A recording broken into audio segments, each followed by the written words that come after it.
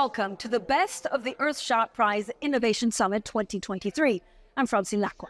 Founded by His Royal Highness Prince William, the Earthshot Prize aims to repair and regenerate the planet by helping to discover and scale solutions to climate change. This year's summit brought together policymakers, global business leaders, and climate activists to put a spotlight on the solutions that could help address the world's biggest environmental challenges. Bloomberg's Emily Chang spoke with Bill Gates on what some of those solutions look like. Bill, you recently wrote a book about how we can avoid climate, quote-unquote, disaster, and yet we've seen record heat all summer, as I'm sure everybody here in New York knows. Give us your assessment of where we are now. Are we still on the verge of disaster, or is the world getting the message? Well, we've certainly made a great deal of progress. You know, if you look at carbon emissions per person in a country like the UK, they're a third of what they were back 30 years ago when it was very coal-driven. You know, there's a lot of efficiency sectors, and so it's pretty clear, you know, we're not going to go to the extreme scenarios because emissions will peak and then start to go down. They won't go down as fast as we want them to, and so the temperature will continue to rise. And once the temperature's risen, it doesn't go down very quickly. Unless you do massive carbon removal, you basically are at that equilibrium temperature and you have to do the adaptation. So people should feel good, particularly about the upstream innovation. It's very exciting across every area of emission that since 2015, when the innovation agenda got supercharged, we've seen fantastic progress. And now we need to roll that out in a very fast process, which the scale of it's bigger than anything humanity's ever done. Well, and I wonder if we should feel good about the level of investing, because obviously you have invested personally billions and through your organization, Breakthrough Energy, but also climate tech has hit record levels. Climate tech investing has hit record levels recently. Is it enough? Well, we can always use more upstream investment, but certainly in the financial environment we were in until a year ago, the rise from 2015, you know, where it was somewhat out of fashion because there had been a lot of losses, the rise until a year ago was pretty gigantic. And, you know, Breakthrough Energy has 100 companies. There's several hundred other really good companies. And so I didn't expect in some of the toughest areas like steel and cement and agriculture to see there are solutions that will, once their technology is rolled out, scaled up, and matures, get to this magic green premium of zero, where you can go to the middle-income countries that are 60% of emissions and say to them, hey, you have to make steel a new way, but that steel will not be more expensive. Likewise for cement or beef or dairy. In 2015, when this got kicked off in Paris, we didn't know how successful the innovation would be. And it's been far more successful than I expected. So, you know, we need to fund these projects. We need to get them scaled up. But, you know, innovation is delivering very well. So one of the organizations Breakthrough backs is, of course, 4401, not 4401. It's 4401, according to the scientists. Talk to us, Talal, about your carbon removal solution, because this is a massively hard problem, and especially storage is a really hard problem. What makes your technology different? Absolutely. Thank you, Emily. So we eliminate CO2. That's what we do. And we do that by a process called mineralization. So we have a rock on this planet called peridotite, typically found 40 kilometers in the subsurface. However, it's been pushed up to the surface in certain places around the world. And peridotite's quite special because it's really reactive with carbon dioxide. So when it comes in contact with CO2, it actually mineralizes it. And you can see these white veins over here in the rock. Just pass it over to you if you want to have a closer look. So this is a natural process. And what we are doing with our technology is we are speeding up this natural process by about 100,000 times. So rather than it taking decades in nature, we're speeding it up to months. Now, because we're converting it into a rock, this is considered the gold standard of carbon storage.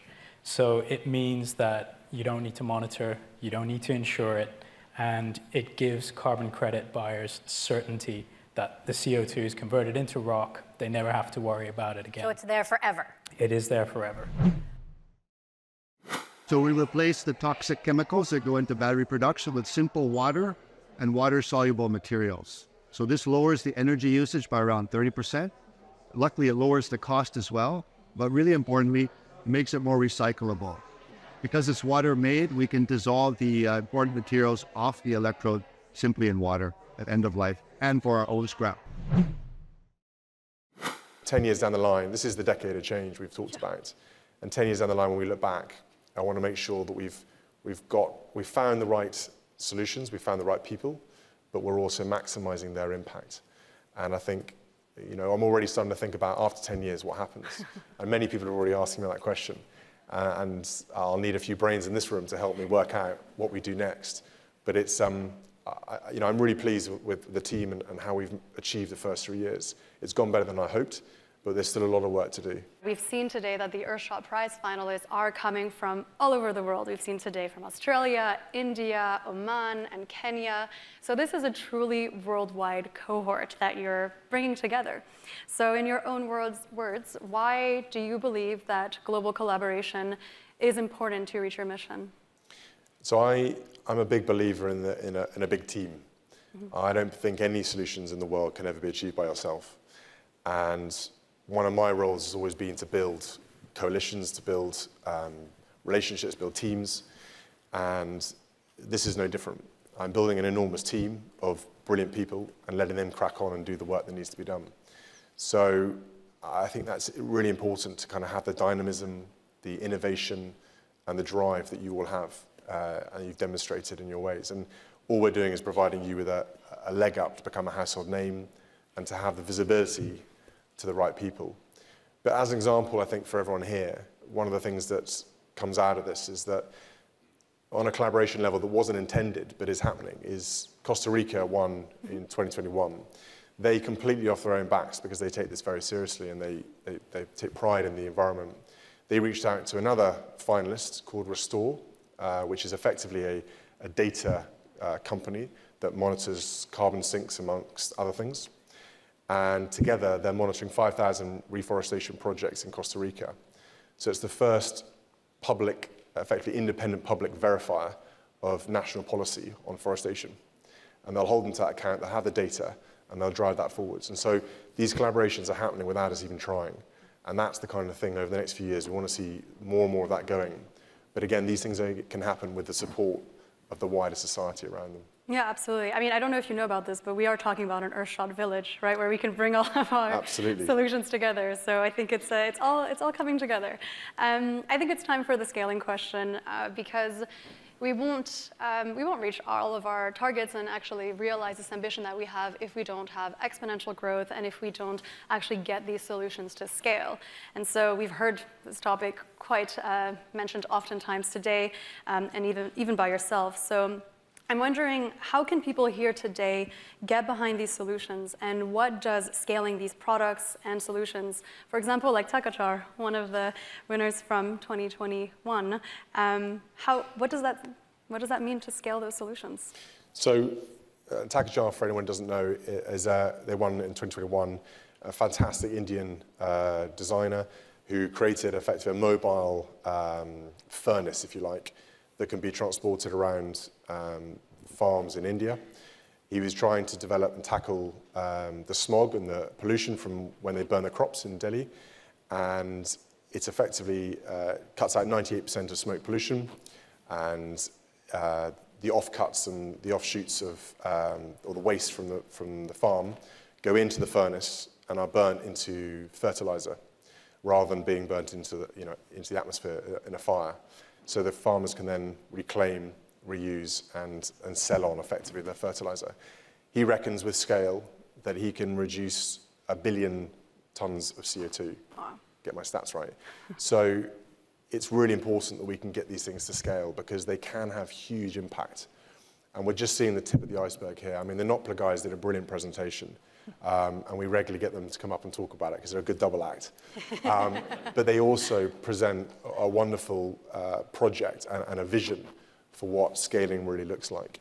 And I think that's what gives us all hope and inspiration and optimism that, You guys have this journey, and we're here to facilitate and promote your journey to achieving greater things. Coming up, more from the Earthshot Prize Innovation Summit. This is Bloomberg.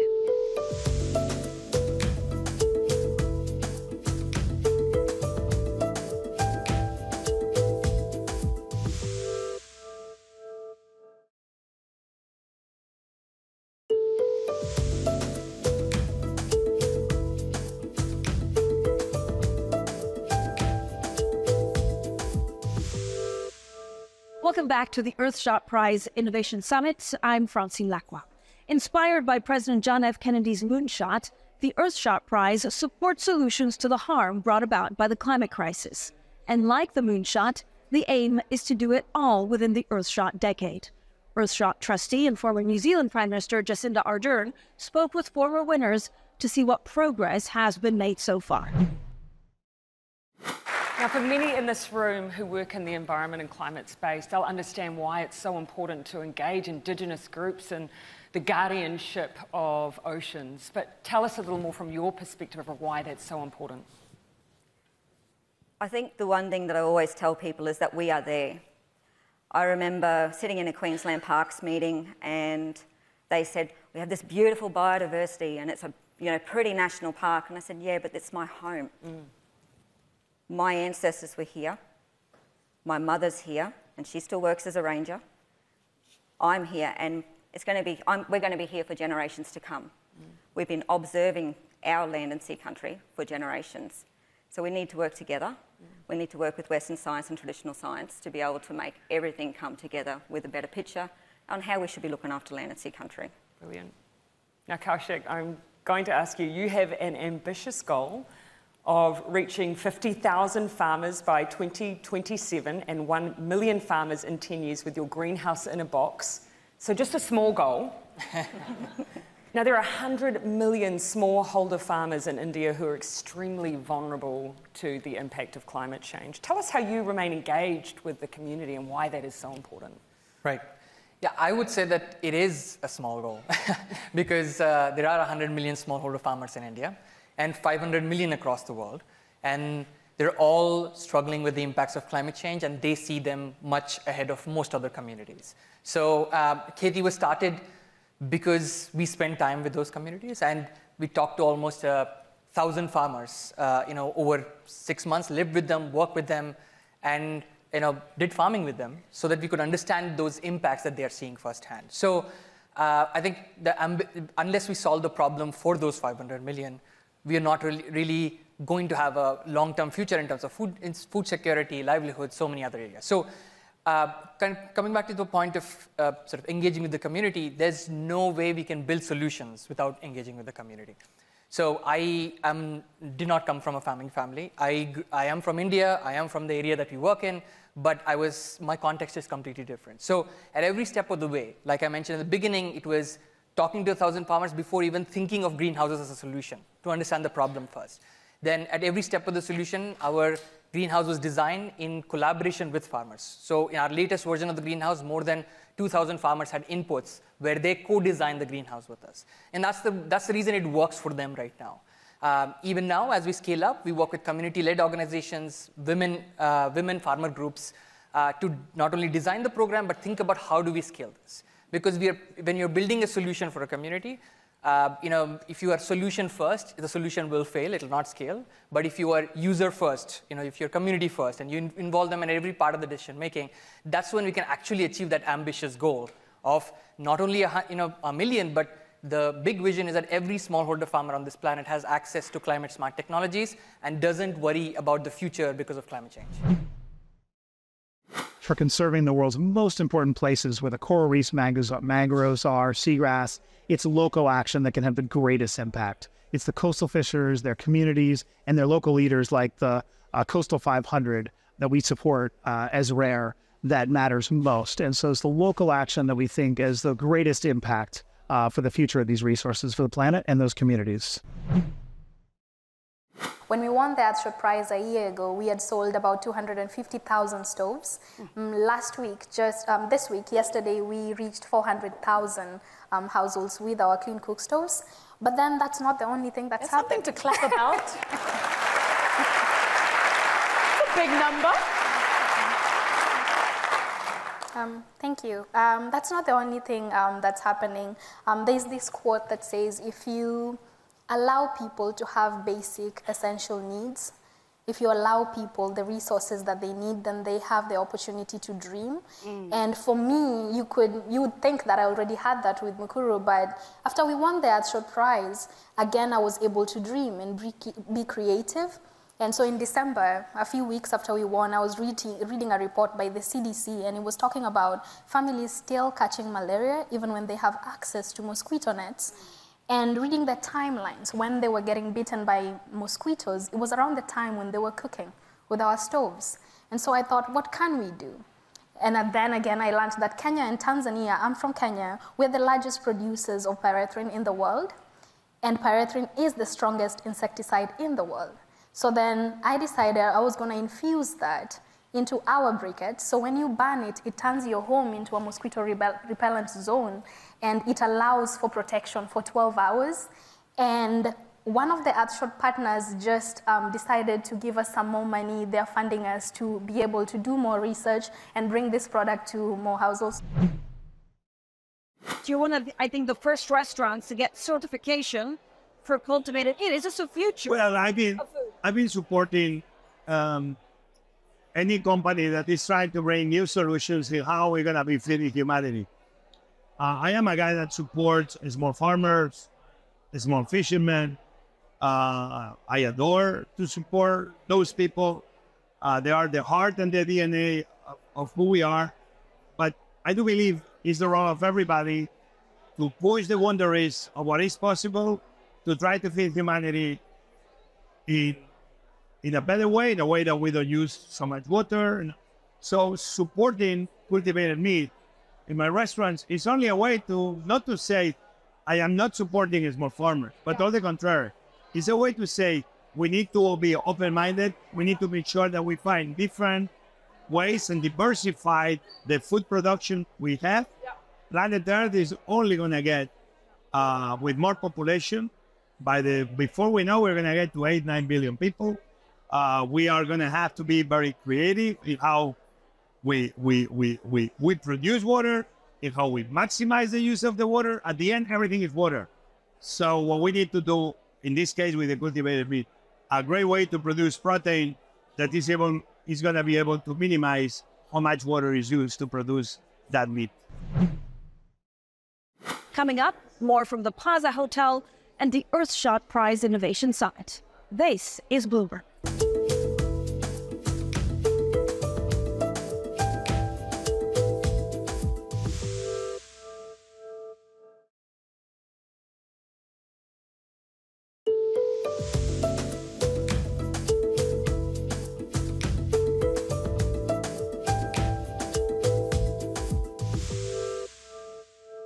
Welcome back to the Best of the Earthshot Prize Innovation Summit 2023. I'm Francine Lacroix. The summit marked both Climate Week in New York and the United Nations General Assembly, highlighting the global need for climate solutions. The 15 finalists competing for this year's Earthshot Prize came from all over the world with the aim of scaling local solutions to fix global problems. Take a look. In 5 years, we are hoping to actually be in 250 marine areas. Yeah. Right now, we're supporting 96 in 16 countries.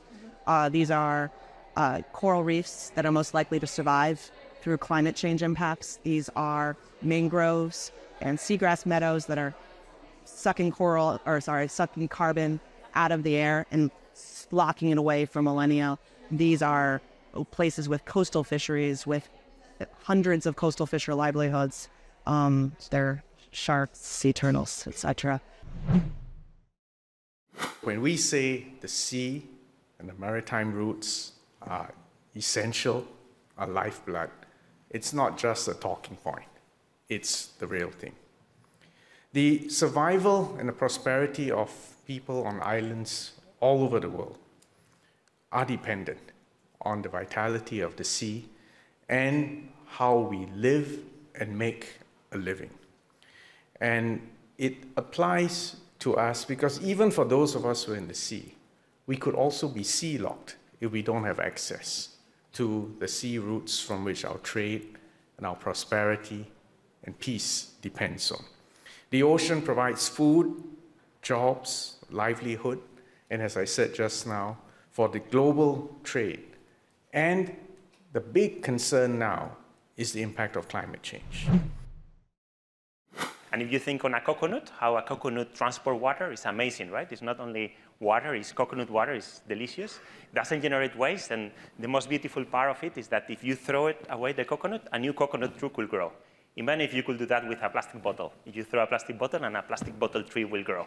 That's, we didn't want the Earthshot because of that, but maybe, you know, but we created this. We call it O because was the name that people give it when they see it for the first time. They make that sound, like oh.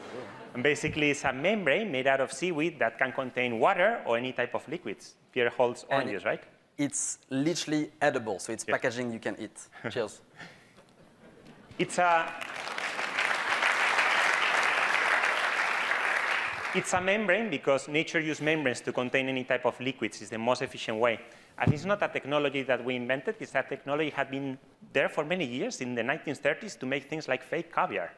And we just use it to make packaging. We scale it up, and it's made out of seaweed. And we discovered along this journey how amazing seaweed is.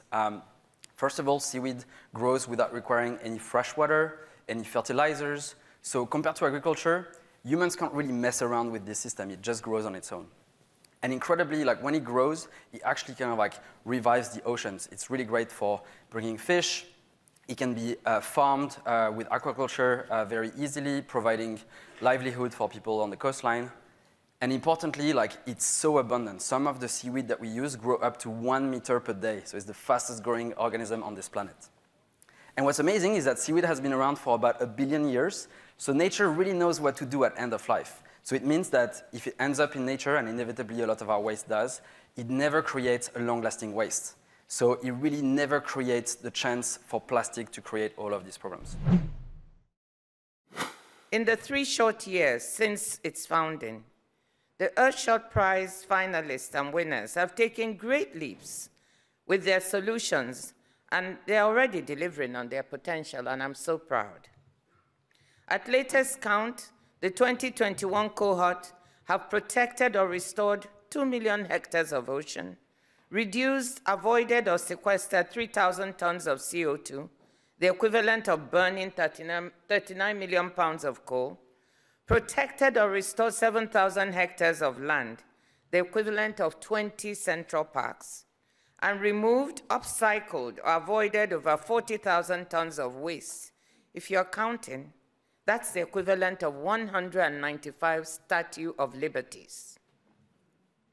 And something that I'm especially proud of is how many of the finalists and winners are from Africa, home of the world's most acute sustainable development challenges, but also the biggest sustainable development opportunities. And that's all from the Earthshot Prize Innovation Summit. You can find the full panel discussions and more on the Bloomberg terminal and Bloomberg.com. I'm Francine Lacqua, and this is Bloomberg.